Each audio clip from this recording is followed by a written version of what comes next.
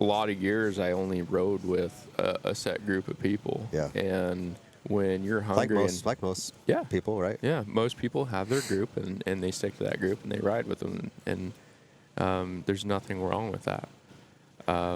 For myself, that's what I was doing, and I was starting to get, pretty hungry. I was wanting to push myself, and it was pretty easy to assume that I was a good rider because I was starting to become maybe the better rider out of my group.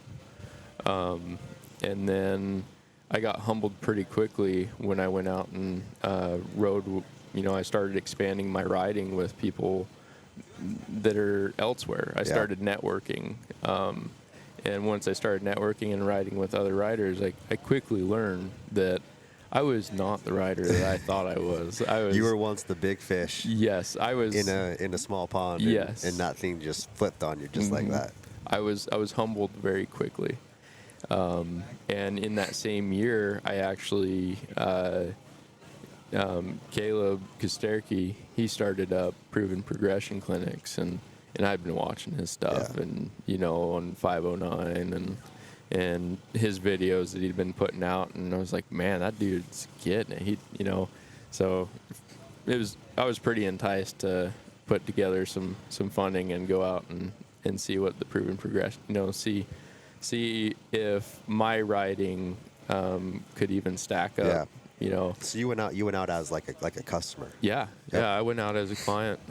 I got a couple friends together and we made a trip of it and went out there, and I tell you what, I was blown away. I was, the environment, everyone was fired up because everyone wanted to learn. Like when you go to a clinic like that and you're looking at, learning some advanced skills or, pushing yourself, generally the mindset of the group is very similar, where everyone's wanting to learn those things.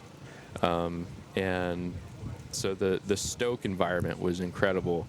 And then also had Caleb and Kyle Saxton was actually helping out at the time.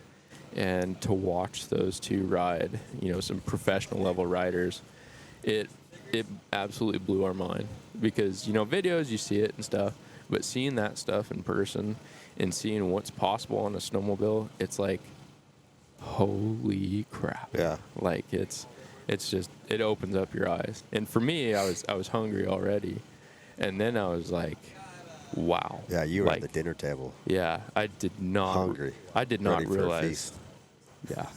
Dude, that lit a fire under my butt. Yeah, and, well, but you also get to see, because a lot of times we just see the highlights. Yeah. You don't really get to see the attempts that got you to the highlight. Right. And right. you're probably learning. I mean, you learn the most through being able to see those attempts. Yes. That got the highlight. Yes. Right. Well, and a lot of it is when those guys ride.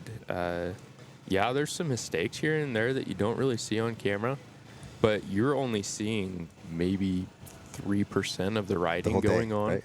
And so when you watch and you see the fluidity, the capability, there's only maybe a handful of mistakes throughout the day that, where a person leaves the sled and the sled goes rolling.